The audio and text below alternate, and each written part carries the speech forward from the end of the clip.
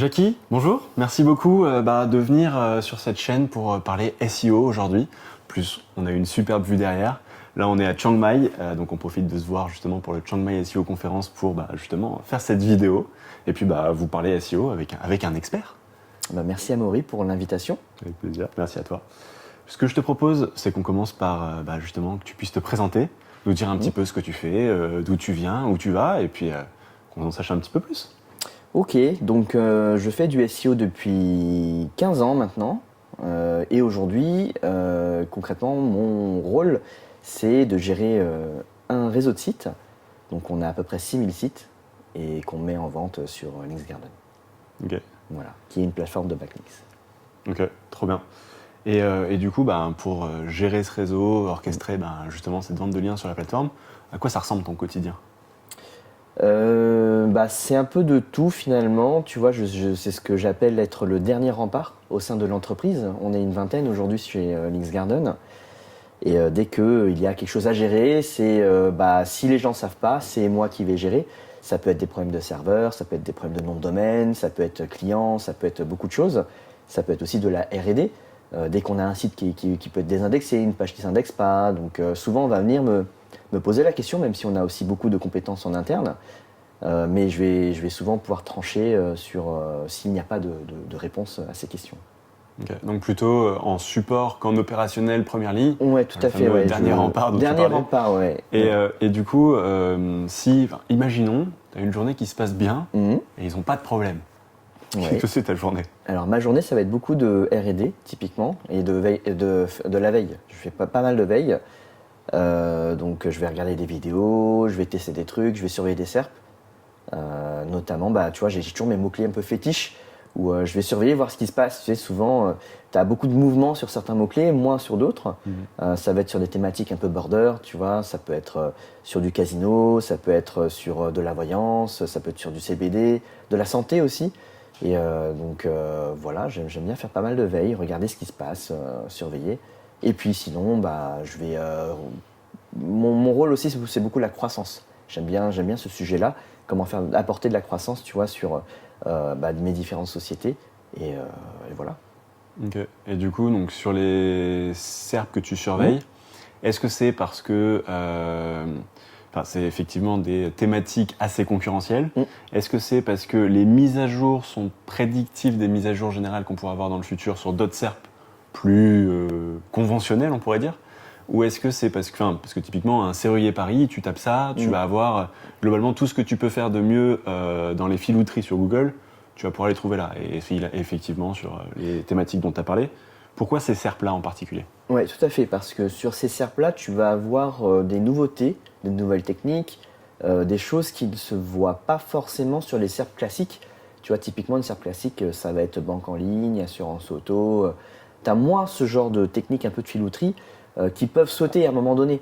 Donc, c'est plus intéressant de regarder des SERPs un peu plus concurrentiels ou avec pas mal de filouterie, effectivement. Ouais, ils ont il y a un peu d'avance. Ouais, clairement, ils ont un peu d'avance, même parfois beaucoup.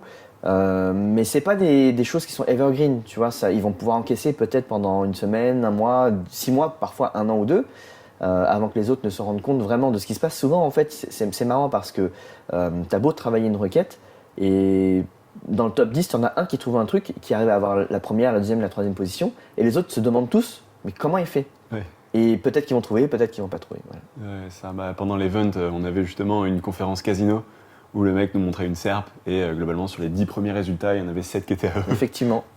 Entreprise titanesque, donc c'est effectivement. Ouais, tout à fait. Et puis les autres qui sont dans le milieu se demandaient effectivement comment ils font. Il y a un truc, ils savent un truc, il y a un truc que eux qui ne trouvent pas pour le moment. Et ce qui était chouette, c'est que justement ils mettaient tel résultat, c'est tel type de site, notre technique. Donc c'était assez cool. Comment tu t'es lancé justement ? Maintenant tu as une belle entreprise dans le SEO, mais comment, si on revient au Jackie enfant ou Jackie plus jeune, qu'est-ce que c'était le début ? Alors il y a 15 ans, j'étais pas un enfant encore. Bref, on se comprend, oui, Jackie plus jeune, Jackie non, début. J'ai démarré, comment j'ai commencé le SEO concrètement, un peu comme tout le monde, un peu au hasard. J'avais créé une boutique en ligne. J'importais des ampoules LED de Chine avant que ce soit vraiment à la mode et que ce soit trouvable chez Carrefour ou chez Ikea. On est arrivé et puis je me suis rendu compte qu'il fallait vendre en fait. Et comment tu vends sur Internet, ça va être SEO, SIA, etc. Voilà. Donc j'ai commencé comme ça et j'ai pris des pénalités parce que j'avais fait un peu n'importe quoi à l'époque. Donc alors j'ai pas coulé la boîte à cause des pénalités, mais presque. Ok. Un petit pingouin Alors autour d'une banquise.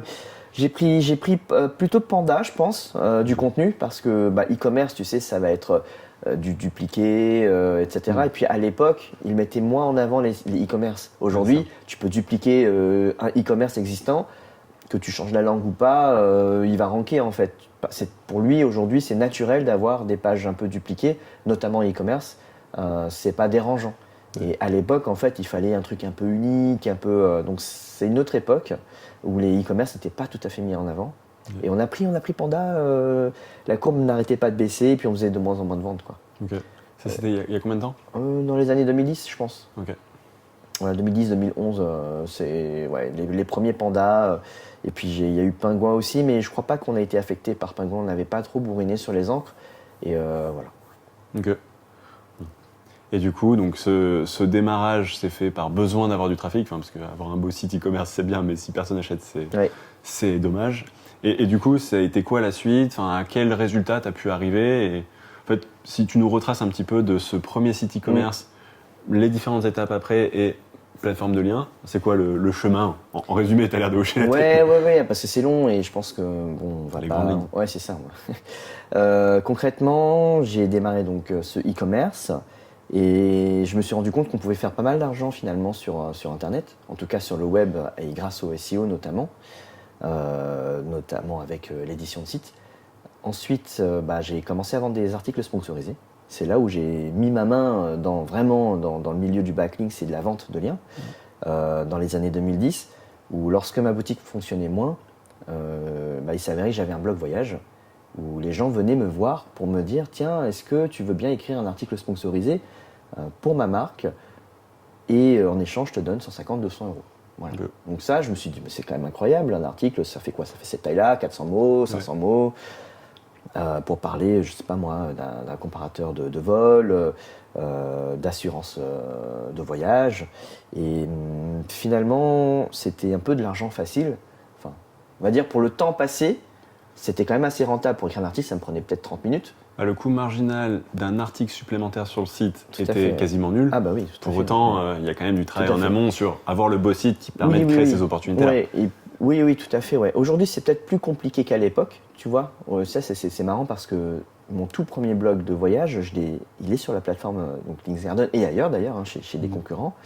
Le prix a vachement baissé. Tu vois. Typiquement, je vendais des liens, ça m'arrivait de vendre à 150-200 euros le lien. Ouais. Et aujourd'hui, le même site, qui n'a pas particulièrement changé, tu vois, il s'est amélioré aussi avec le temps. Je dois vendre un lien à 30 et 50 euros, tu vois, entre ces deux-là, selon la plateforme. Donc les prix ont un peu baissé, mais aussi parce que les critères de choix ont changé aussi dans le temps. Ouais, puis le milieu est devenu plus mature, il y a plus d'offres. Oui, donc aussi, il y a beaucoup plus de demandes aussi. Le marché a bien grandi, mais vu que tu as plus d'offres, d'autres blogs voyage qui avaient potentiellement des métriques plus abouties. Après, je pense que tu vois, on va dire que la tendance, c'est. Les tendances changent sur comment tu choisis un site pour faire tes backlinks. Il y a 15 ans, regardez le PageRank, etc. Tu vois, il y a vraiment les critères ont changé d'année en année. Et malgré tout, potentiellement, ça ne veut pas dire, malgré le fait que le prix soit plus bas, que le site envoie moins de jus aujourd'hui qu'il y a 15 ans. Tu vois, c'est juste que la façon de regarder si un site envoie du jus a changé dans le temps. Maintenant, pour revenir sur cette histoire de vente de backlinks, j'avais un blog. Et je m'étais dit, tiens, c'est intéressant, ça rapporte de l'argent. Mais est-ce que je vais gagner 10 fois plus si j'en fais 10? Donc au final, j'avais fait 10 blogs voyage pour vendre plus de liens. Et c'était intéressant parce que les gens me contactaient via, tu sais, le formulaire de contact, comme ils me trouvaient sur Internet. Et donc, effectivement. Alors il y a des gens qui prenaient peur quand tu leur dis, tiens, vas-y, je te vends un lien. Et puis après, au fait, j'ai 9 autres sites. Ouais. Est-ce que ça t'intéresse d'acheter des backlinks aussi sur ces 9 autres sites? Et certains me disaient non, parce qu'à l'époque, ils n'aimaient pas trop les sites de réseau. Et ça faisait peur, parce qu'il y avait eu Pingouin, etc. Et tu vois, on se fait pas mal de films dessus, finalement. Mais sinon, la plupart des acheteurs étaient OP, tu vois, pour acheter, parce que eux, ça les embêtait d'aller chercher les éditeurs. Et ça, c'est toujours le cas. C'est pour ça, d'ailleurs, que les plateformes sont arrivées. c'est que ces acheteurs, eux, sont payés aux 35 heures ou 39 heures, peu importe, pour faire leur job. Il fallait qu'ils dépensent 2 000 € par mois ou 5 000 € par mois. Bah, plus ils le dépensent facilement et moins ça leur prend de temps, plus ils sont tranquilles en fait. C'est des gens qui sont payés pour ça. Donc c'est vrai que ça les a arrangés aussi d'avoir quelqu'un qui avait 10 sites. Voilà. Et puis après, on s'échangeait des contacts entre voyageurs, tu vois, des gens qui ont des blogs voyages. On s'échangeait les contacts. Bah tiens, moi j'ai un tel qui m'a contacté et je te file un autre contact en échange. Voilà. Mais ça, c'est quelque chose qui devrait se faire plus, tu vois, entre les éditeurs. Je ne sais pas s'ils le font, mais c'est quand même un bon plan parce que toi, tu en tant qu'éditeur, tu vas avoir peut-être 3 sites. Allez, aujourd'hui, c'est quand même un peu plus à la mode d'avoir plusieurs sites. Et quand tu es éditeur, tu n'es pas passionné. À l'époque, moi, j'avais un blog voyage parce que j'étais passionné voyage. Tu vois, j'adore voyager. Et les éditeurs, ils vont peut-être avoir 3, 4, 5 sites, mais pas assez pour un annonceur. Un annonceur, ça a plusieurs milliers d'euros tous les mois à dépenser. Donc lui, il a besoin de trouver peut-être 30 sites dans une thématique précise tous les mois. Donc toi, une fois que tu as donné tes 5 sites, je sais pas moi, sur la parentalité ou la santé, t'en fais plus rien. T'en fais plus rien, c'est ça. Donc lui, il en faut d'autres, donc autant échanger des contacts entre éditeurs, et ça, c'est un très bon tips. Ouais, complètement. Et même, je vois, j'avais un site, du coup, Passion, qui était plutôt orienté anglo-saxon, États-Unis et tout ça. Et tous ceux qui me contactaient pour justement faire du backlink, ils me disaient, OK, envoie-nous le tarif pour ton site et envoie-nous aussi la liste de tous tes autres sites, quoi. Oui. C'était beaucoup plus tard, je crois qu'on était plutôt vers 2020. Donc le marché a bien évolué depuis, mais effectivement, tu te dis, c'est le plus facile, et si tu as plusieurs sites dans la même thématique, bah, c'est bingo, quoi. Tout à fait, ouais. Et les gens l'ont bien compris en fait. Aujourd'hui, on est moins passionné de nos propres blogs et de la thématique. Alors même si c'est toujours le conseil, c'est de démarrer avec des sites sur lesquels on est passionné, parce que les sujets, tu vas pas te taper 10 fois le même sujet sans truc qui te plaît pas, t'as pas envie, quoi. T'as pas envie de travailler ton site. Et c'est vraiment primordial en 2024 d'avoir des sites qui soient qualitatifs, quoi, vraiment. Tu vois, même juste sur moi, sur le visuel, le contenu, la qualité des contenus, l'orientation des contenus, tu vois, un vrai blog voyage, des guides, des tips, des machins, tu vois, vraiment un truc utile. 2024, c'est vraiment la méta du moment, quoi. Ouais, complètement. Et du coup, donc, tu as fait ces sites-là, et en fait, ça a été la porte d'entrée naturelle vers une plateforme. Ouais. Est-ce que tu as, si tu devais nous donner un petit peu pour qu'on mesure ce qui s'est passé, un chiffre, un résultat, quelque chose dont tu es fier, en gros, comment on pourrait matérialiser ça, quoi? Ouais, tout à fait. Alors, je sais plus combien de sites j'avais, tu vois, au final, parce que j'en avais fait plus que 10 à un moment donné, peut-être une trentaine, j'ai plus les chiffres exacts. De mémoire, j'avais fait 150 ou 200 000 euros en 1 an et demi, quelque chose comme ça, en 20 mois, voilà, dans un peu moins de 20 mois. J'avais fait pas mal d'argent que j'ai claqué comme un débutant. Comme un nouveau riche. Ouais, c'est exactement, voilà, c'est ça, comme un nouveau riche. J'ai fait n'importe quoi avec, et puis après, j'ai été interdit bancaire suite à ces aventures. J'ai fait un peu n'importe quoi, et voilà, mais oui, très très bon résultat. Et puis là est venu les plateformes, et c'est les plateformes qui ont fait que j'ai gagné moins d'argent, tu vois, à un moment donné. Ça, tu vois, typiquement, avant, les gens te contactaient. Et alors, il y a deux choses. Il y a les plateformes et les métriques. En gros, à un moment donné, les gens regardaient beaucoup plus le PageRank. Tu vois, parce que Google donnait ton PageRank et il mettait à jour de temps en temps la visibilité de ce PageRank-là, de ce score. Évidemment, on bidouillait ce PageRank aussi, à l'époque déjà. Ouais, ce qui se fait encore beaucoup, surtout les nouvelles métriques. Oui, bien sûr, que ce soit le trafic, que ce soit les mots-clés ou le TF et tout le reste. Tout est traficable, de toute façon. Mais donc était venu, donc je crois qu'en France c'était plus le TF à ce moment-là, peut-être les métriques de Majestic, et moi j'avais pas un super score, donc tu vois, je savais pas encore modifier ce truc-là, j'avais pas creusé, je pensais que à dépenser mon argent, sauf qu'à un moment donné j'ai dépensé un peu trop, voilà. Et donc mes revenus baissaient, tu vois, je faisais peut-être 10 000 par mois, tu vois, enfin quelque chose comme ça. Et mes revenus baissaient, mais très très vite, mais aussi parce que les plateformes étaient arrivées et on pouvait filtrer les sites et trouver les sites. Alors que les gens vraiment passaient vraiment par contact et on se les échangeait. Ouais. Donc voilà, c'est comme ça que ça s'est fait. Et ensuite, moi, j'ai retrouvé un boulot chez Corleone Biz dans les années peut-être 2016, 2017. J'ai travaillé 2 ans chez Corleone Biz. Et de là, j'ai appris à développer.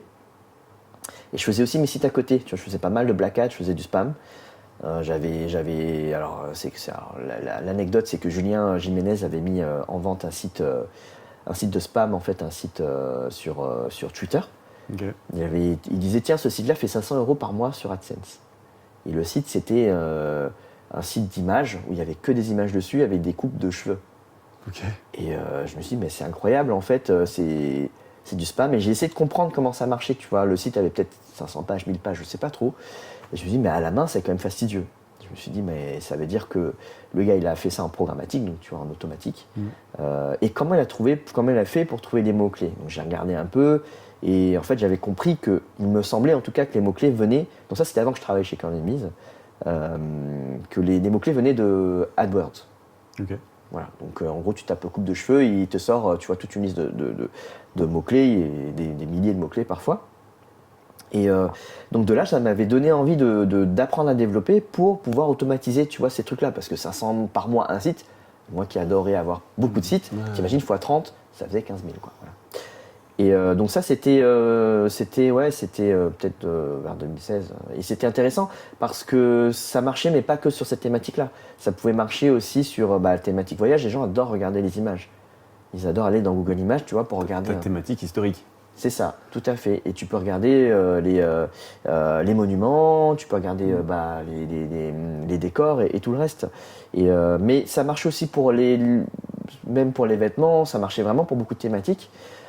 Et là, pendant peut-être 3 ans, j'ai bien mangé avec ce truc-là. C'est ce qui m'a permis de lancer Links Garden finalement. C'est ce qui m'a permis d'investir dans Links Garden.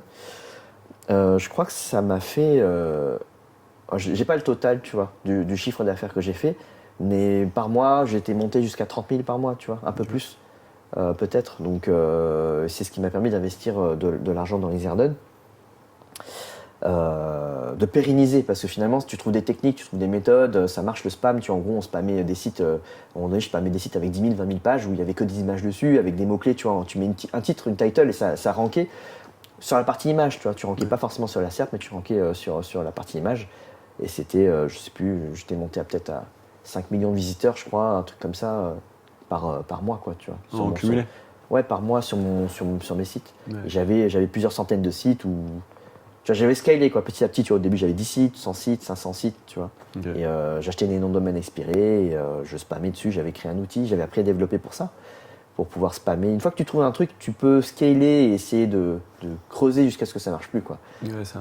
Tu trouves une solution un peu manuellement, et après trouves une solution si c'est rentable pour l'automatiser. Pour l'automatiser. Et non pas l'inverse. Ouais, c'est ça, exactement. Il ne faut pas trouver à automatiser un truc qui ne marche pas en fait.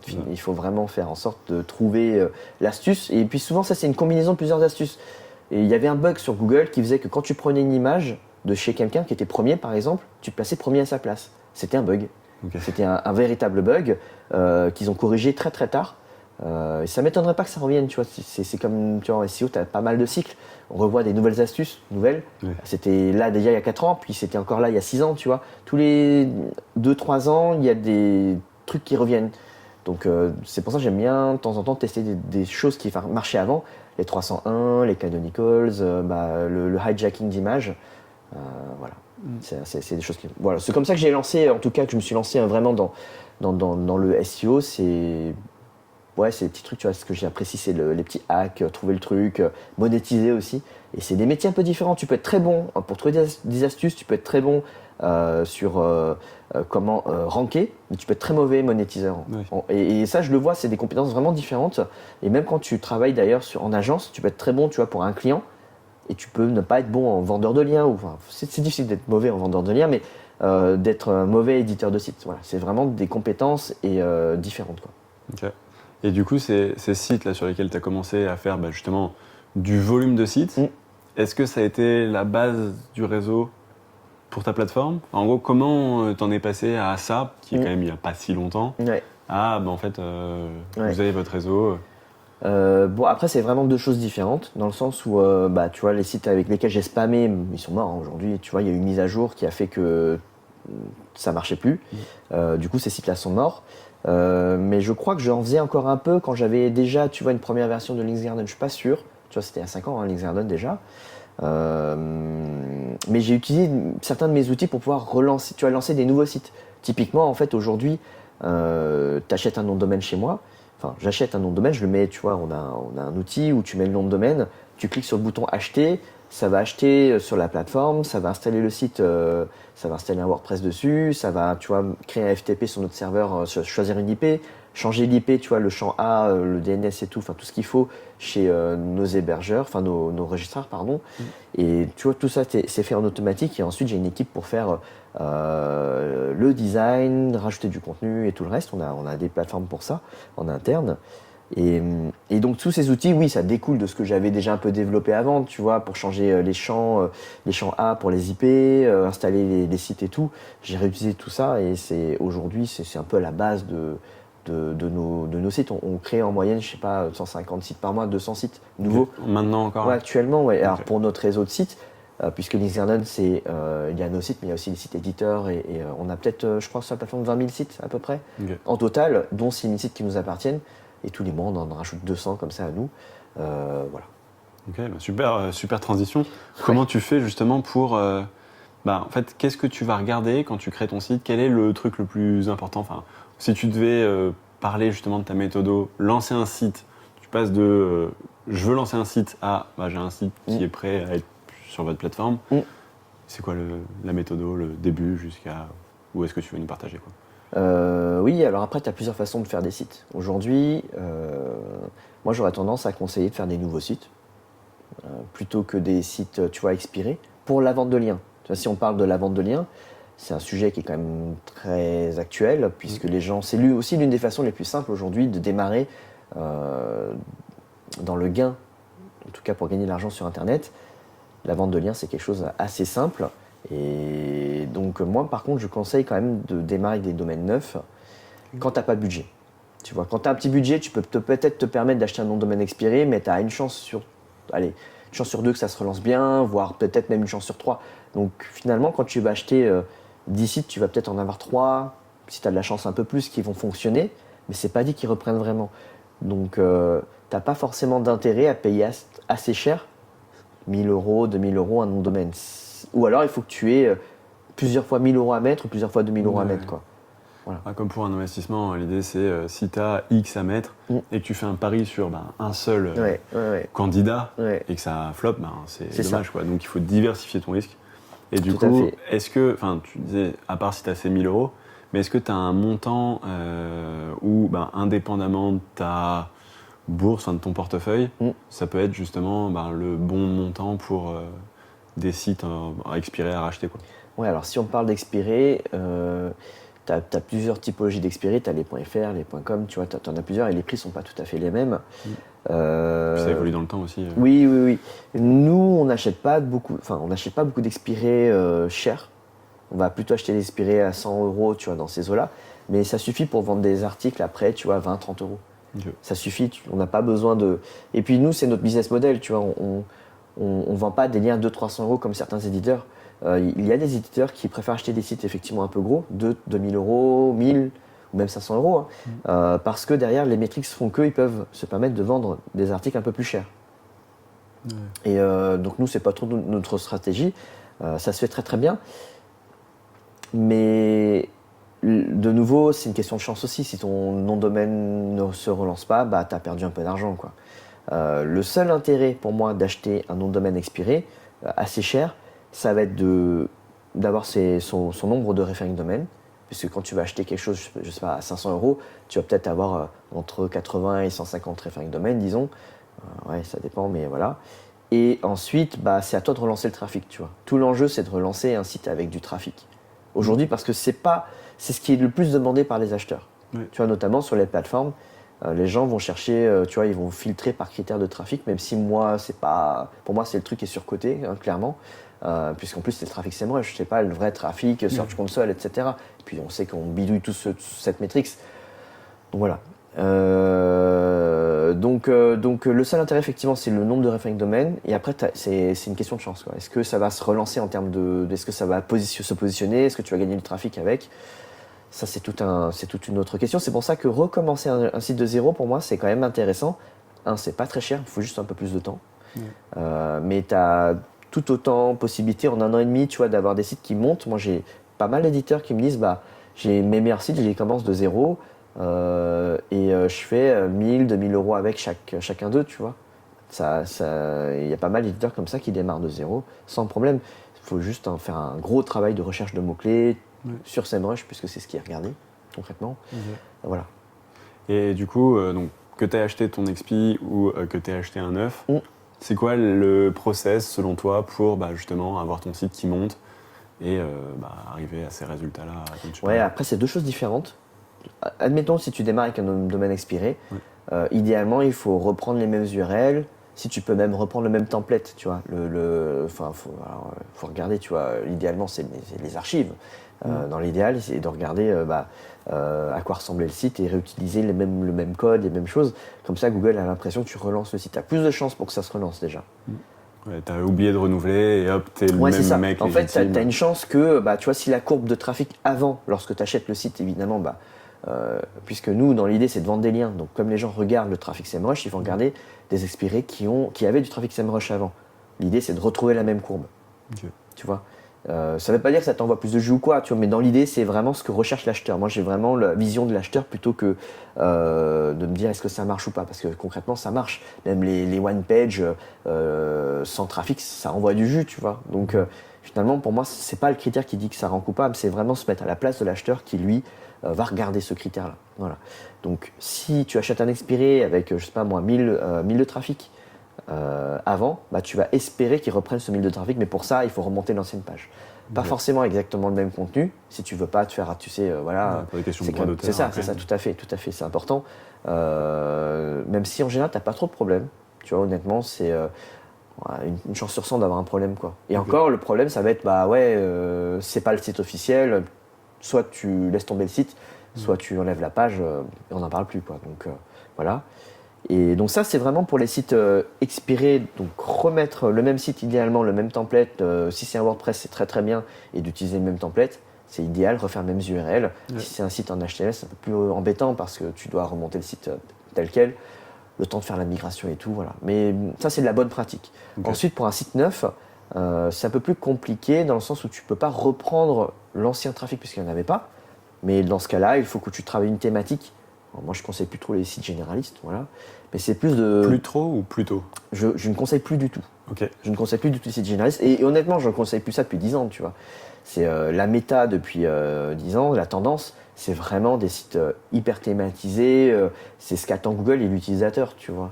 Quand tu regardes des sites éditeurs où à la fois ça parle de casino, de serrurerie et je sais pas moi, de courses et de je sais pas quoi, enfin, c'est trop disparate. Ouais, et entre-temps, tu as une catégorie casino.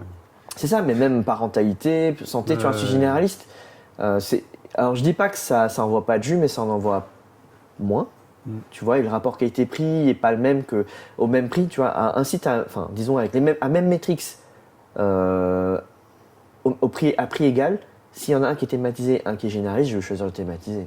Ouais, c'est sûr. Mais d'un autre côté, ça veut aussi dire que, en théorie, après ça reste de la théorie, sur le site thématisé, tu vas avoir plus de mots-clés qui vont ranker dans ta thématique. Et donc, ça induit que le jus que tu vas recevoir sera thématisé. Alors que sur un site généraliste, c'est pas dit. Tu peux avoir des mots-clés qui rankent dans une toute autre thématique. Donc, c'est pas dit que ça t'envoie autant de jus que l'autre site. Voilà. Donc, c'est juste une question de rapport qualité-prix. Donc, si moi, j'ai un site généraliste à 10 € et un site à 100, à côté thématisé, je vais peut-être prendre celui à 10. C'est juste une question de rapport et de qualité-prix, quoi. Voilà. Okay. Et donc, un site neuf, je vais plutôt choisir une thématique, un thématisé, tu vois, typiquement un truc, je sais pas moi, dans la finance, mais je veux être spécialiste, je sais pas moi, si on parle de finance, être spécialiste des assurances ou spécialiste de la banque. Et même si les acheteurs n'hésitent pas à acheter des liens, tu vois, un peu dans des verticales, on va dire, équivalentes. Tu vois, si c'est un site finance, ils vont t'acheter à la fois des trucs assurance, des trucs de la banque, de la mutuelle, pardon.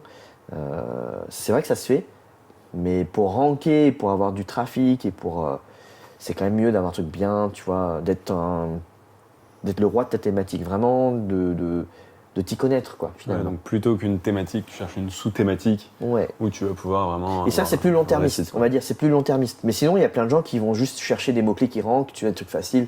Oh, tu as plein de critères de recherche de mots-clés.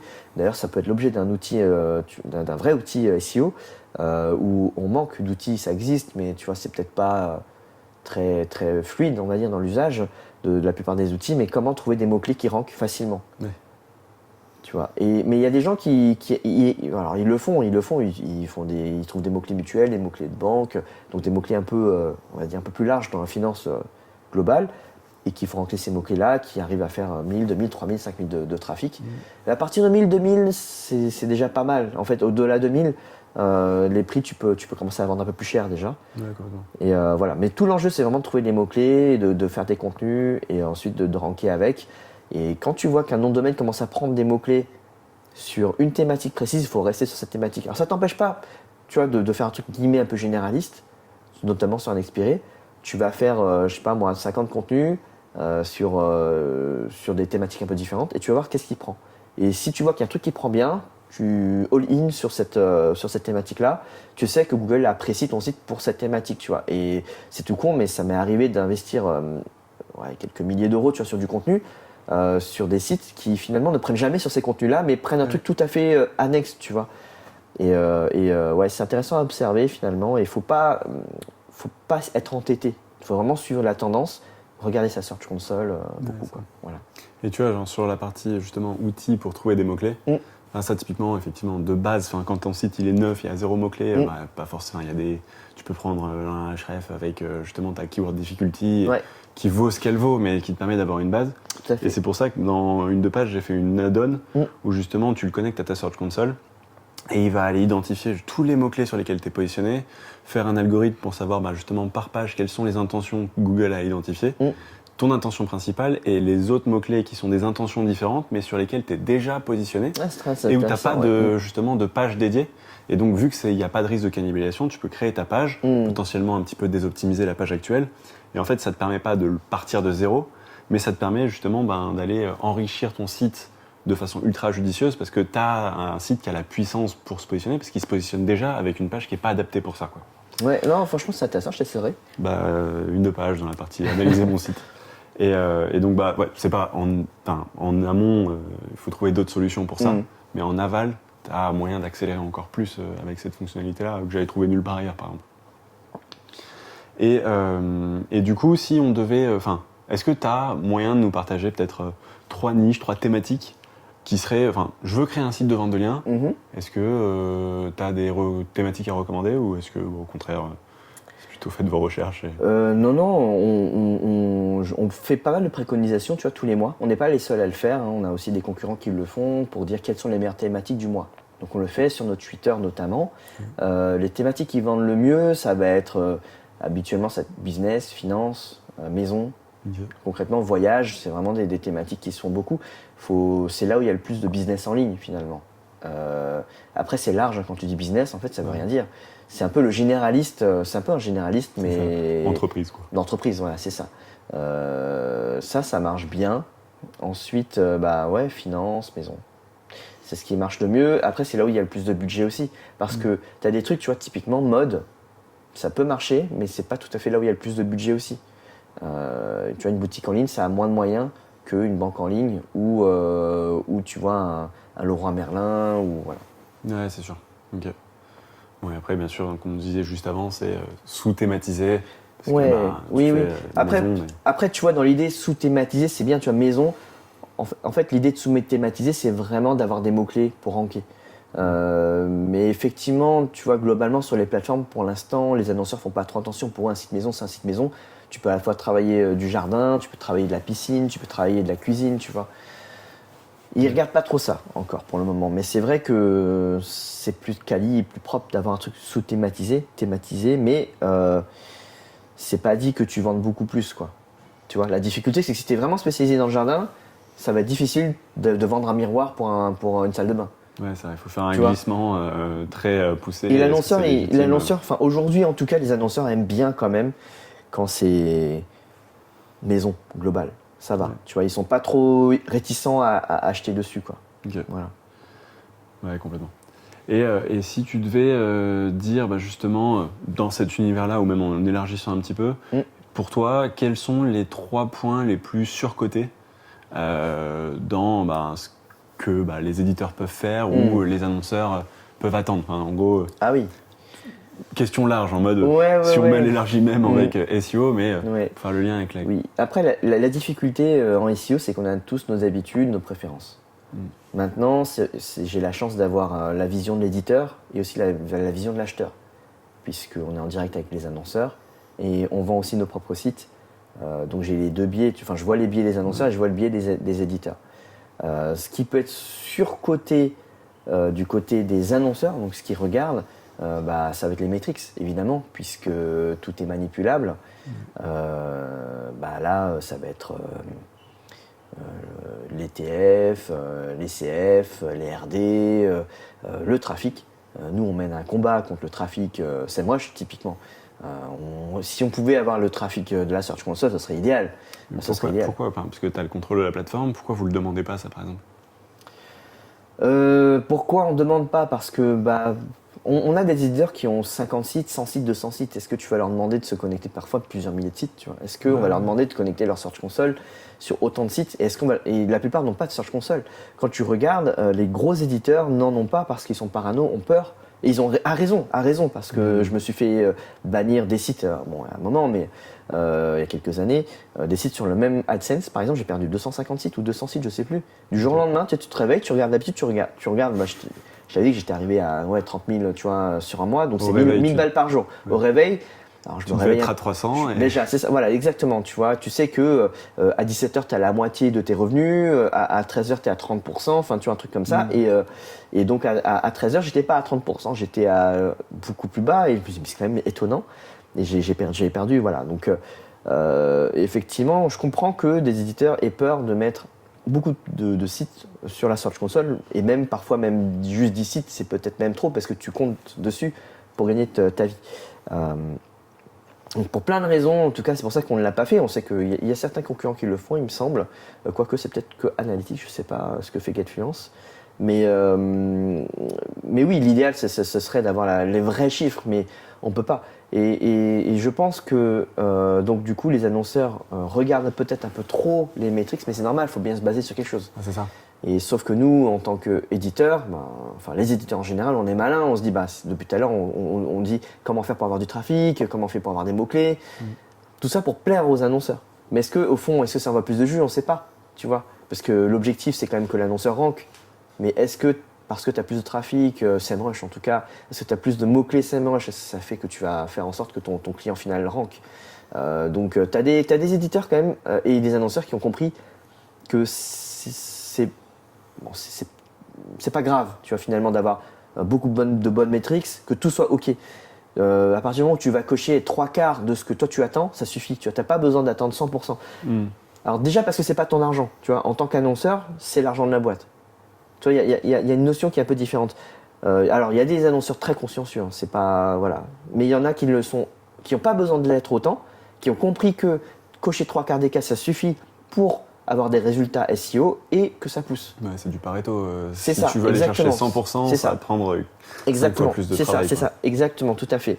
Et c'est ça qui est surcoté, c'est les annonceurs qui vont regarder trop toutes les métriques, vraiment dans tous les détails, qui vont passer toute une journée peut-être pour trouver un backlink, j'exagère un tout petit peu, et à peine.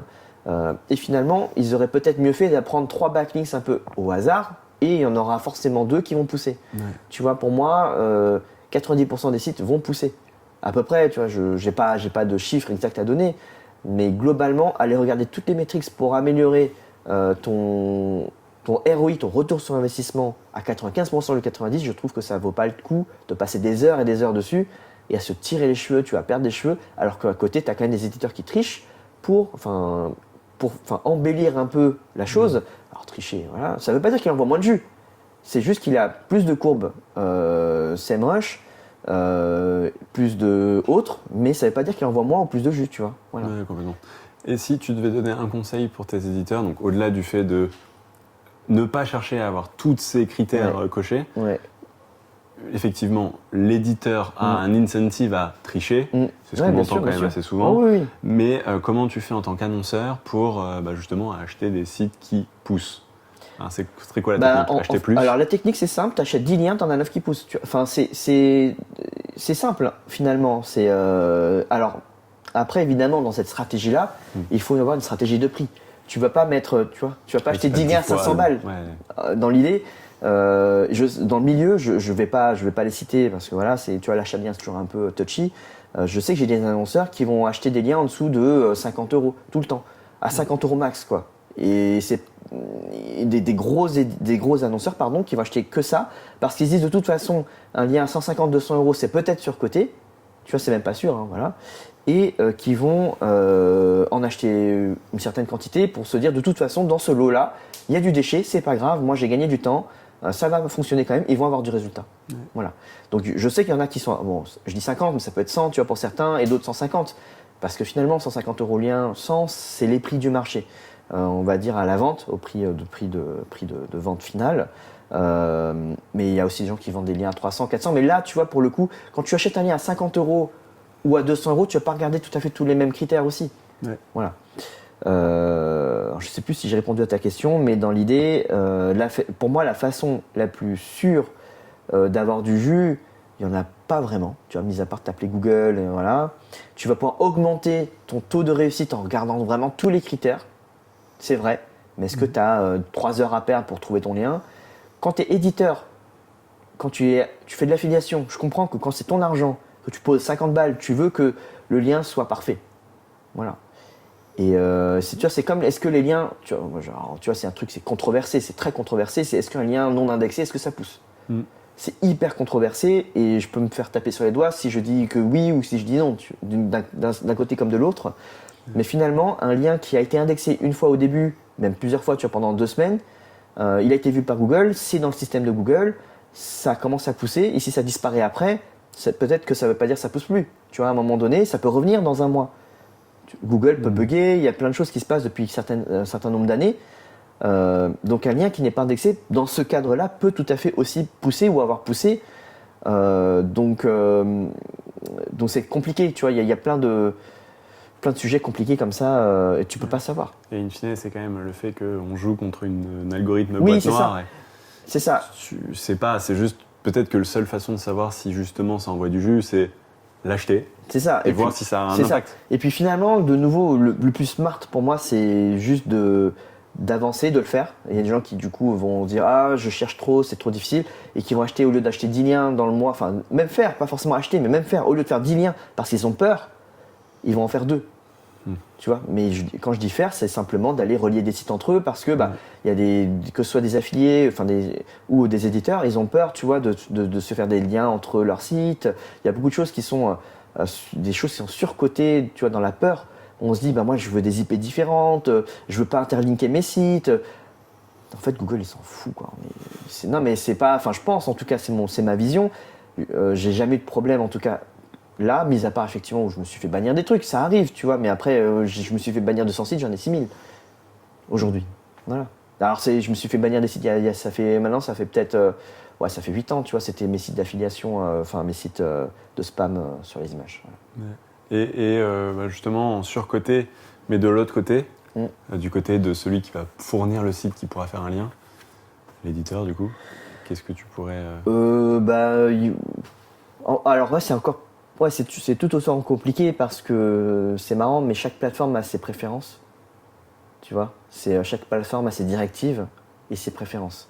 Et est-ce que c'est parce que c'est des acheteurs différents ou c'est parce que une audience est différente. Ouais. Tu peux remarquer que certaines plateformes vont vendre des liens plutôt à 300 €, 200. D'autres plateformes vont vendre plutôt des liens à 100, à 50, à 20, tu vois. Donc nous, on est plutôt dans l'entrée de gamme, par exemple, mais tu as d'autres plateformes avec des acheteurs plus gros. Donc les métriques demandées ne seront pas les mêmes. Et c'est pour ça qu'un éditeur, s'il veut vendre des liens plus chers ou moins chers, va devoir travailler ses métriques de certaines façons.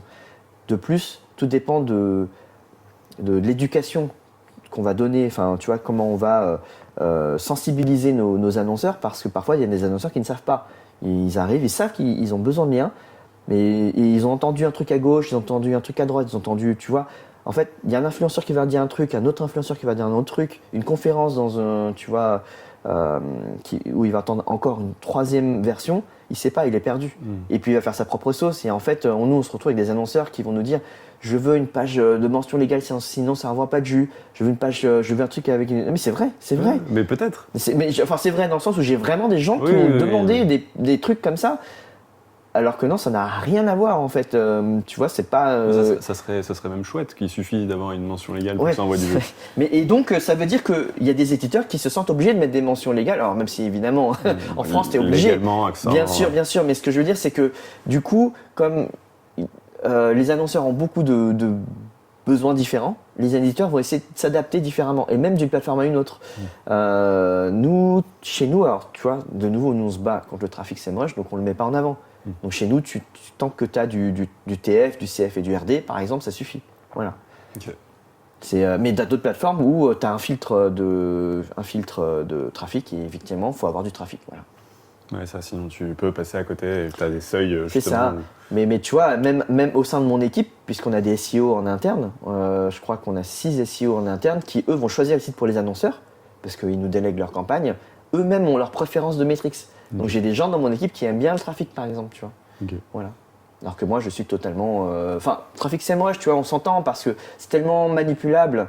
Mais si l'annonceur en veut, l'annonceur il en veut, nous on n'y peut rien, on fait tout ce que l'annonceur veut, tu vois. C'est lui le client. Hein. C'est ça, après c'est toujours... Est-ce que du trafic sur des fake keywords c'est ça, c'est streaming reine des neiges, enfin... Voilà quoi. Ouais, c'est sûr. Et si du coup maintenant tu prends l'inverse en surcoté, enfin en sous-coté justement, dans les deux côtés Je pense les referring domaines, ouais, probablement. De quel côté chez les éditeurs? Les deux. Okay. En fait, aujourd'hui, ils vont beaucoup plus travailler, ils vont valoriser beaucoup plus, le trafic. Moi, je trouve que le referring domaine, alors le bon referring domaine, mais tu vois, de nouveau, on peut aller encore très dans les détails. Dans le referring domaine, c'est quoi la puissance, tu vois, des referring domaines, le nombre de liens indexés, le nombre de do-follow. Tu vois, mais pour moi, c'est vraiment aller trop dans les détails. Et concrètement, c'est qu'une question de statistique. Si mon concurrent il a 300 backlinks, je pense pas qu'il a regardé. Tu vois, parmi ces 300 backlinks, tous ces critères-là, est-ce que tous les liens sont indexés? Est-ce que, voilà, moi je sais juste que j'en ai 0, j'en ai besoin de 300. Je vais en acheter 300. Guillemets au hasard, tu vois, dans mon budget, je sais que statistiquement, je vais me retrouver avec à peu près les mêmes en fait. Concrètement, dans l'idée, c'est ça. Ou même, et on n'en sait rien finalement. Et ça se trouve, je vais juste acheter 300 backlinks, mais même que mon concurrent, et je vais arriver au même point que lui.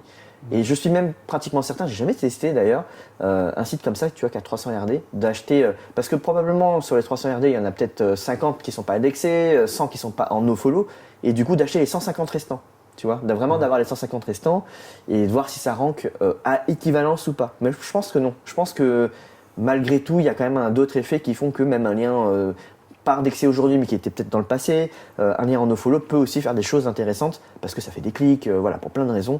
C'est toujours utile dans ton ranking, donc je pense que ça allait trop loin. C'est surcoté d'aller trop loin comme ça. Et ce qui est oublié, je pense, c'est les referring domains parce que l'algorithme même de Google, le PageRank, c'est le nombre de personnes qui parlent de toi, tu vois, le nombre de sites qui te font des liens, toi-même, tes liens sortants, etc. C'est la base de l'algo, quoi. Donc je comprends pas pourquoi les gens s'inventent des trucs alors que c'est ça qui fait que Google fonctionne depuis une vingtaine d'années, quoi. Ouais, ça, c'est ton PageRank, in fine, il faut que le surfeur puisse venir sur ton site. La probabilité que c'est ça, qu'un surfeur, que quelqu'un arrive chez toi, voilà. Donc je pense que c'est quand même la base. Et voilà, je dis pas qu'il faut des milliers de referring domains, mais les gens l'oublient. Voilà, ils mettent des choses en priorité devant.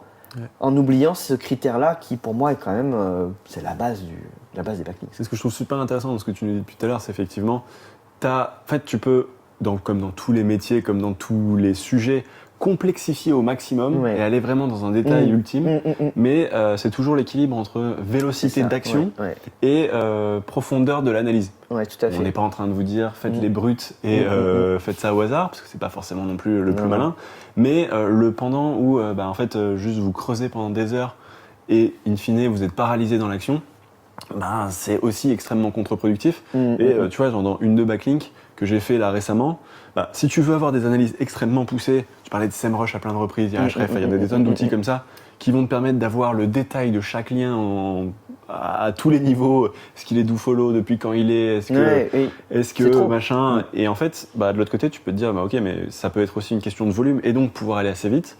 Et là, tu donnes un mot-clé et il te dit combien il te faut de liens, quoi. Et il te faut 2 RD. Ouais, tout à fait. Et donc, en fait, c'est effectif. Enfin, tous les RD ne se valent pas. Non, on est d'accord. Et on est d'accord là-dessus. Mais in fine, ça te permet d'avoir une information agrégée et donc de passer potentiellement à l'action beaucoup plus vite et donc d'arriver à faire de meilleurs résultats que tes concurrents parce que tu vas pouvoir être plus dans l'action que dans la réflexion paralysante. Tout à fait. Après, je comprends aussi, tu vois, c'est ce qu'on disait tout à l'heure, que l'éditeur ou l'affilié qui achète ses propres liens avec ses propres deniers veuille le lien parfait. Tu vois, mais il va passer des heures et des heures dessus. Il va y passer des heures et des heures dessus.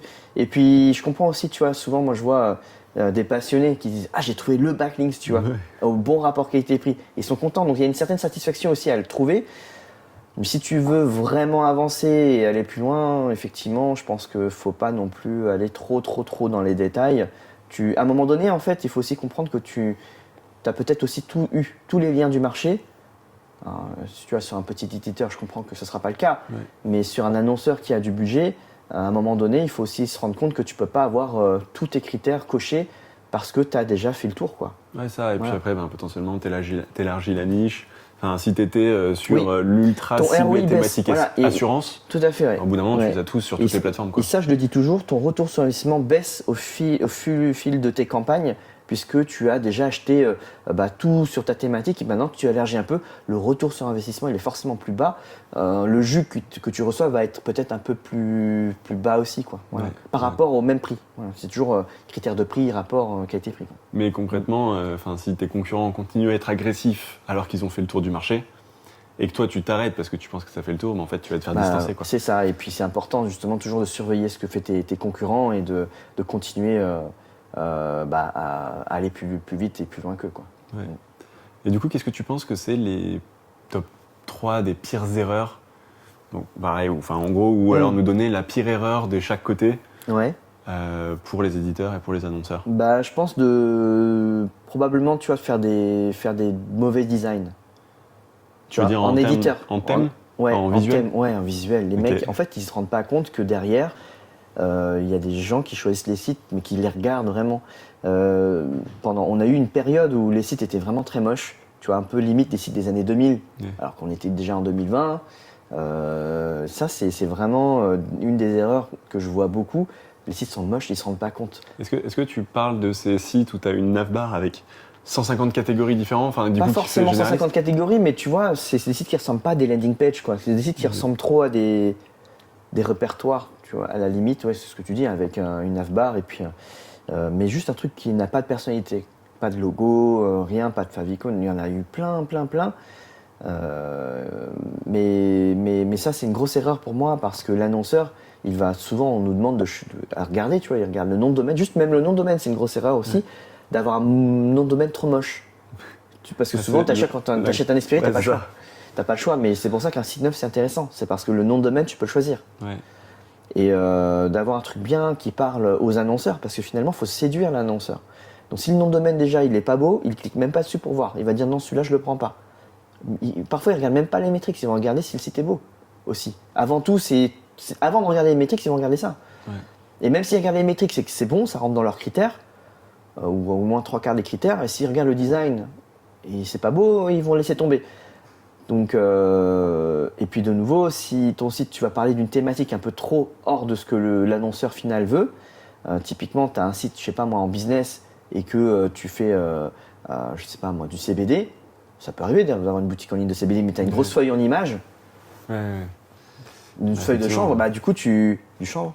Et donc, tu te retrouves avec un annonceur qui clique dessus et puis il se dit non, moi je veux pas que ma marque soit associée à ça. Ouais, et puis même après, faut être un peu smart. L'annonceur, potentiellement, c'est le responsable SEO ou de son équipe. Ouais. Et derrière, il peut y avoir son manager qui va regarder. Exactement. Et en fait, qui lui n'est pas SEO. Assumer, quoi. En fait, tu vois, ça c'est même pas, c'est un critère qui est hors SEO puisque de nouveau, c'est pas des critères qui font que tu vas ranker ou pas.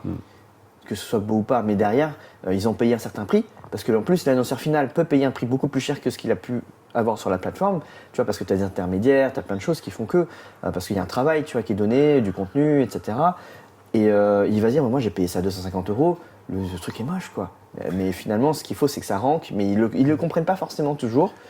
Et pour moi, c'est effectivement l'une des erreurs que font beaucoup les éditeurs. Ouais. Et ça, pour le coup, c'est quand même pas très coûteux d'avoir. En fait, Non. t'as des thèmes dans tous les sens. Ouais, mais tu vois, il faut avoir un peu le sens du design, des couleurs. Faut vraiment. Nous, on a des designers dédiés pour ça, quoi. Ouais, sinon, c'est pas possible. Ouais. Après, les erreurs que font les annonceurs, ça va être. Ouais, je pense que ça va être, je pense, de savoir. Parfois, tu as des annonceurs qui sont pas SEO et qui ont trop écouté à gauche, à droite, trop de choses différentes et qui savent pas faire la part des choses. Parce qu'on a une forme de responsabilité quand on parle, parce qu'on est quand même visible, chacun d'entre nous sur les réseaux sociaux, ou sur YouTube notamment. Et sauf qu'il y a des gens qui ne savent pas tout à fait faire la part des choses, qui n'ont pas d'expérience, assez de recul, et qui vont juste écouter de but en blanc quelqu'un, que ce soit sur LinkedIn ou ailleurs, ou sur Twitter. Et ça a une grosse erreur parce que plutôt que d'écouter l'agence qui vont les accompagner, ou la plateforme qui vont les accompagner. Parce que c'est quand même le métier des agences ou des plateformes qui ont des CEO en interne de leur choisir leur lien. Si l'agence leur dit, voilà, moi je pense que c'est ce backlink qu'il te faut avec cette encre-là, écoutez le conseil quand même qu'on vous donne, quoi. C'est des gens qui sont formés. Ouais, ça. Et puis il faut toujours, justement, c'est l'importance d'avoir un partenariat avec justement quelqu'un qui est aligné sur l'intérêt. Ouais, tout à fait. Parce que ça peut toujours être le truc de oui, mais c'est toi qui me vends le lien. C'est ça. Et puis il n'y a aucun intérêt pour que ce soit une agence ou une plateforme de vendre un lien qui ne fonctionne pas. En fait, nous, on veut tous que les clients rankent et puis qu'ils reviennent. Tu vois, le client il rank, il va gagner plus d'argent, il va être content, il va nous renvoyer encore plus d'argent et tout le monde est content. De toute façon, c'est un peu la dynamique de. En vrai, ça coûte beaucoup moins cher de fidéliser un client que d'en trouver un nouveau.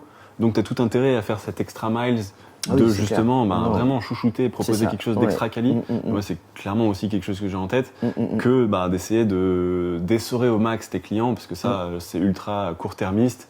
Et en vrai, c'est en termes business, tu gagnes plus tout de suite, mais en moyenne, et même au niveau karma, tous ces trucs-là, tu gagnes financièrement et humainement beaucoup moins, quoi. Ouais, clairement. Est-ce que au niveau, faire un lien, ça veut dire avoir un contenu. Comment tu structures justement, comment tu gères le contenu depuis lequel tu vas pouvoir faire un lien vers ton site, le site de l'annonceur? Oui, alors en fait, nous on a la casquette aussi de l'éditeur, puisqu'il faut aussi qu'on remplisse nos sites. Ouais. Donc on a un process qui est assez simple, on a en interne une marketplace où on envoie les missions concrètement de rédaction. Quand on a créé un nouveau site par exemple, on va demander à nos rédacteurs de rédiger 10 textes sur... alors on a une base de données de sujets qu'on a trouvé, tu vois, des sujets simples sur lesquels on peut ranker, on va dire, et on les a catégorisés par thématique. Et nos rédacteurs derrière vont passer par notre propre marketplace et rédiger. Et en gros, nous, on va leur demander d'essayer d'optimiser leur contenu sur le titre ou le mot-clé qu'on leur a donné. Voilà. Après, ils le font un peu comme ils veulent. Ils vont utiliser, tu vois, des outils de rédaction, d'aide à la rédaction avec des mots-clés. On n'a pas d'obligation sur cette partie remplissage, tu vois. Okay. On n'a pas particulièrement d'obligation. Et pareil pour la vente de liens. Là, quand on nous achète des liens, alors ça dépend. En fait, on a des annonceurs qui vont nous donner des mots-clés, tu vois, qui vont nous dire, moi je voudrais que dans mon contenu, je voudrais qu'il y ait tel mot-clé, et puis ça se voit qu'en fait, ils les ont trouvés dans des outils SEO, quoi. Donc finalement, je pense que beaucoup de gens, et je pense que c'est à raison, que c'est nécessaire d'optimiser, tu vois, le contenu pour vendre ton backlink ou pour mettre le backlink dedans, parce qu'il faut quand même que ton contenu soit sémantiquement proche du site client. Donc nous, aujourd'hui, on demande à nos rédacteurs, lorsque les annonceurs ne nous donnent pas les mots-clés, tu vois, parce qu'on a un commentaire, un brief où en fait l'annonceur il met ce qu'il veut dedans. Tu parles des mots-clés, donc du mot-clé sur lequel ils veulent que l'article se positionne, ou est-ce que tu parles justement de l'ensemble des expressions importantes? Ça peut être l'ensemble des mots. On a des annonceurs qui nous donnent l'ensemble des... Tu vois, ils copie-collent juste... c'est ça, un brief en fait. Ils peuvent coller des titres, des sous-titres, ils peuvent parfois nous donner même des... tu sais, tout le plan. Okay. Le plan du document, ils nous le donnent et puis nous, nos rédacteurs font. Ça va jusque-là. Et nous, voilà, on fait. Ok. Et du coup, donc, si tu recommandes pour créer un bon contenu, donc je veux acheter un lien vers mon site A sur un site B, que ce soit via une plateforme parce que j'ai trouvé un partenariat, comment je choisis le sujet de l'article sur le site B et comment je le rédige? On le rédige, on en a discuté un petit peu, c'est avec justement ton guide d'optimisation sur un outil sémantique, mais sur la partie justement comment je choisis mon sujet, comment je m'y prends? Alors soit le sujet on nous le donne et ça on n'a pas le choix. Okay. Tu vois, là l'annonceur, une bonne partie du temps, tu vois, on peut nous le fournir parce que eux savent aussi quels sont les sujets qui marchent pour eux. Donc voilà, on est compréhensif à ce niveau-là. Et lorsqu'on nous donne pas le sujet, alors c'est un truc qu'on a changé récemment. Avant, c'était nos rédacteurs qui allaient voir le site, tu vois, le site cible pour chercher, trouver des sujets intéressants. Oui. Ça, c'était nos rédacteurs qui le faisaient. Et maintenant, en fait, on impose un sujet parce qu'on a vu qu'il y avait des rédacteurs qui faisaient un peu au hasard, qui n'allaient pas sur le site toujours, qui parlaient d'un sujet qui n'était pas tout à fait en rapport avec le site du client. Okay. Voilà, donc en gros, on va aller, comme on fait quand même, on vend plusieurs milliers de liens, en tout cas, on fait plusieurs milliers de contenus pour le lien, en tout cas tous les mois. On va scraper le site client, concrètement, et après, on peut déduire un sujet à partir de là, quoi. Okay. Et du coup, tu essaies de choisir un sujet qui a du trafic. Comment c'est ce sujet final? Ouais, pas forcément du trafic, juste un truc qui soit sémantiquement proche. Ouais. Okay. Pour moi, le trafic, c'est de nouveau, c'est. Ouais. En fait, le trafic, vraiment, c'est pour vendre et pour un peu habiller la mariée, dans l'idée. Ouais. Moi, ce que je veux, c'est que ce soit quand même sémantiquement proche de la page d'arrivée. Okay. Je suis plus dans cette team-là, tu vois, que de dire cherche un mot-clé qui soit facile pour ranker, pour avoir du trafic sur mon article. Et faire un lien avec, quoi. Okay. Mais du coup, il faut quand même que l'article se positionne sur des mots-clés quand même, j'imagine. Est-ce que c'est l'objectif ou même pas du tout? Pas forcément l'objectif, non. Mais globalement, les articles se positionnent, tu vois. Alors, c'est pas des positions top 10, top 5, ça dépend du site. Mais ça peut être du top 30, top 50, tu vois, top 70. Mais au moins que Google ait compris que ce texte-là, en fait, c'est ce sujet. C'est hyper important. Ouais, complètement. Mais on veut pas que l'article rank particulièrement pour le client. Tu vois, on veut que ce soit le site client qui rank. Et ça marche très bien. À partir du moment où le site client rank, nous, on a fait notre job. Hein. Ouais. Et du coup, t'en penses quoi des articles positionnés? Enfin, l'achat d'un lien sur une page positionnée déjà. Alors, pareil, c'est à contresens, mais pourtant on le fait, on le vend, hein, et c'est pas beaucoup de part de notre chiffre d'affaires. Mais c'est vrai que pour moi, en fait, c'est peut-être cocher des cases en plus. Voilà. Okay. Tu vois, finalement, comme je disais au début, on va cocher 80% des cases. Et si c'est un article positionné, tu vas peut-être cocher une case, mais tu vas en enlever d'autres. Ouais. Tu vois, c'est tout bête, mais tu vas cocher la case, par exemple, de c'est indexé. Tu vas cocher la case de c'est sémantiquement proche. Chose qui n'est pas forcément sûre lorsque tu crées un nouveau contenu. Tu vois, à moins que le contenu soit optimisé avec un outil, etc. Et tu n'es pas sûr que ce soit indexé. Après, on a quand même un bon taux d'indexation sur un an. Tu vois, on suit quand même nos stats qui dépassent les 92-93%. Et puis, en fait c'est cyclique. Tu as des pages qui sont plus indexées, qui sont indexées. Donc, globalement, sur un an, tu vas avoir des pages non indexées pendant 2-3 semaines. Ça revient après, quoi. Et donc, pour finir sur cette histoire de pages positionnées, moi, personnellement, je trouve que c'est un lien comme un autre. Tu as des avantages, mais tu as des inconvénients aussi.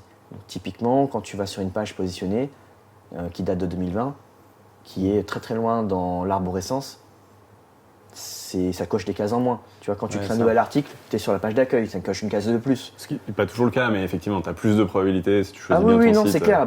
Voilà, non, clairement, quand c'est un article positionné, parfois il est un peu ancien. Mais s'il est ancien, ça veut dire qu'il est indexé depuis longtemps. Donc tu as des avantages et des inconvénients, mais tu as une certitude qui est effectivement l'indexation et la proximité sémantique. Là, tu coches quand même des cases. Ouais, maintenant, les pages indexées, la problématique des pages positionnées, c'est qu'elles ne sont pas infinies. Ouais. Tu vois, il y a un certain nombre de places limitées dans la SERP, et ça induit aussi de créer des nouvelles pages qui rankent et qui sortent du ranking parfois, qui reviennent. Et même une page indexée aujourd'hui, ça peut aussi dire que dans 2 semaines, ça se trouve, ce n'est plus indexé. Et donc, non, pour moi, ça, au niveau des avantages et inconvénients, ça peut revenir à peu près à la même chose qu'un lien classique. Okay. Mais tu as des cases en plus que l'autre ne cochait pas avant, mais que l'autre coches aussi, tu vois. Après, le meilleur lien positionné, ça va être celui que tu remets en page d'accueil, que tu remets à jour, enfin, au moins avec la date, quoi. Après, tu as aussi des SEO qui vont te dire, oui, mais moi, mon contenu, il n'a pas bougé pendant 4 ans, tout d'un coup, je rajoute un lien et du contenu. Et parfois, tu changes aussi la sémantique d'une page quand tu rajoutes trop de contenu. Est-ce que tu rajoutes juste le lien? Est-ce que tu rajoutes justement du contenu pour rafraîchir la page? Nous, on rajoute du contenu pour justifier mais tu as aussi une team un peu, tu vois, tu as la team des gens qui disent oui, mais derrière, si j'ajoute du contenu, ça change la sémantique de ma page et donc le but et tu vois, l'intention de ma page, ce qui est véridique. Et donc, dans ce cadre-là, bah, tu peux aussi te dire que tu perds aussi on va dire l'avantage de la page positionnée puisque tu glisses aussi sémantiquement. Oui, ça, tu as ses avantages, ses inconvénients. C'est ça, exactement. Donc pour moi, c'est un lien finalement, ça peut revenir comme un lien comme un autre. J'ai pas de voilà, même moi je préfère les liens nouveaux puisque c'est beaucoup plus rapide. Moi j'aime bien, tu vois, tu vas vite. Tu vas pouvoir acheter, allez, j'exagère un peu, mais tu vois, dans l'année, tu vas pouvoir acheter 100 liens, 200 liens. Alors c'est pour un nouveau site ou un site un peu récent, rapidement, sans te prendre la tête, aller chercher, aller fouiller. Et t'es même pas sûr d'avoir ta cam en fait. T'es pas sûr. T'es pas sûr parce qu'il faut du coup demander aux éditeurs de rédiger. Du coup, ce sont des articles neufs qui vont peut-être pas être là pendant. Enfin, sujet compliqué. Ouais, t'as les avantages, les inconvénients. Exactement. Ouais, non, pour moi, t'as les deux. Okay. Et du coup, ça fait un petit moment qu'on parle là. On voit quand même le soleil commence à partir un peu derrière nous. Ouais. Qu'est-ce que tu penses du futur du SEO?